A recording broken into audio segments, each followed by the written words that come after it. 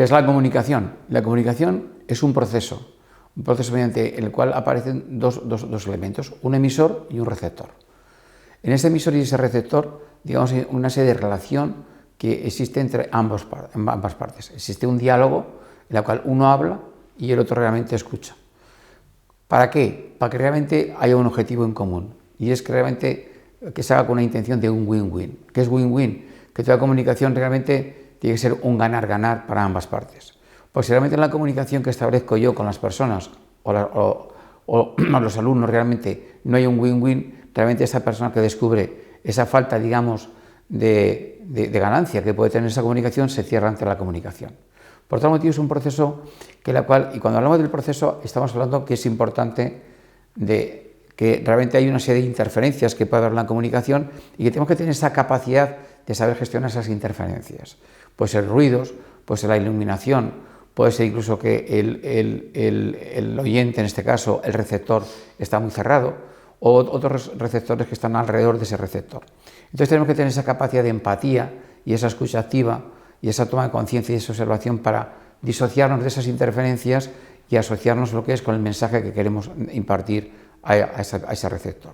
Por lo tanto, el emisor tiene que tener en cuenta ese mensaje, como bien decíamos, y ese mensaje que tiene que tener es un mensaje que tiene que ser claro y conciso y breve y concreto. Pero aparte, digamos, que tiene que tener un mensaje, también hay un canal, digamos, de comunicación, que puede utilizar un canal visual, como puede ser dibujos, mapas, puede ser un canal auditivo, que realmente es expresar con una voz y con un buen vocabulario importante, digamos, para que lo entienda y sea entendible el mensaje. Y luego también el tema kinestésico. El kinestésico es desde la experiencia, desde la vivencia, desde la expresividad, desde la voz. Por otro motivo es muy importante que también observemos precisamente al receptor en qué canal está, digamos, recibiendo esa información. Hay personas que son visuales y les es más fácil de una forma con dibujos, otras personas son auditivas y tenemos que ser muy expresivos y muy claros y muy concisos, y otras personas son muy kinestésicos, y muy kinestésicos son personas que realmente necesitan experimentar esa información haciendo ellos mediante algún ejercicio o alguna dinámica práctica. También muy importante que tenemos que tener en cuenta es el código, y el código hablamos del lenguaje no verbal. Por tal motivo el emisor tiene que también saber escuchar, tomar conciencia de cuál es el lenguaje no verbal que utiliza, como es el lenguaje no verbal que está observando, digamos, en el receptor. En la cual ese lenguaje no verbal es importante ver si están más atentos o menos atentos, están receptivos o están receptivos, si están escuchando o no están escuchando. Y luego también otro tema muy importante es en el contexto. Y en el contexto ahí tenemos que tener mucho en cuenta es la voz. ¿Cuál es la voz que estoy utilizando yo precisamente para esa comunicación?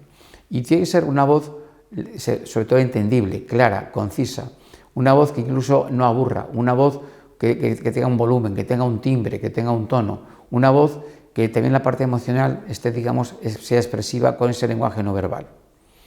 Y luego hay otro tema importante en el contexto de la comunicación, es precisamente el feedback. El feedback es muy importante, es tener esa capacidad de estar muy receptivo, digamos, a cómo el oyente está escuchando esa información, a cómo yo me estoy expresando esa información con el oyente. Por tal motivo, ya hemos hablado de las interferencias, del feedback, hemos hablado del lenguaje, que es el contexto que vamos a utilizar, hemos hablado del lenguaje no verbal, que es muy importante, hemos hablado también del canal, ya sea visual, auditivo, kinestésico. Si tenemos en cuenta estos 6 elementos, posiblemente la comunicación sea más fluida, sea una comunicación más influyente en el receptor, incluso más animosa en el emisor.